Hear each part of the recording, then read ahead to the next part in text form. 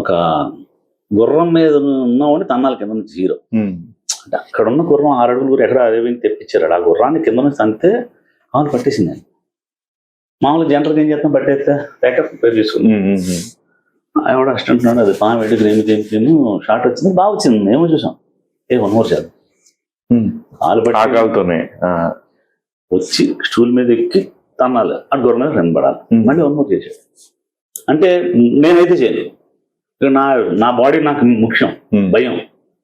ప్రేక్షకుల్ని రంజింపజేయాలి, ఎంటర్టైన్ చేయాలి. వాళ్ళు మన గురించి టికెట్ పెట్టుకుని వస్తున్నారు, నా యాక్టింగ్ లో లోపం ఉండకూడదు, నేను 1 మోర్ పర్ఫెక్ట్ గా చేయాలి.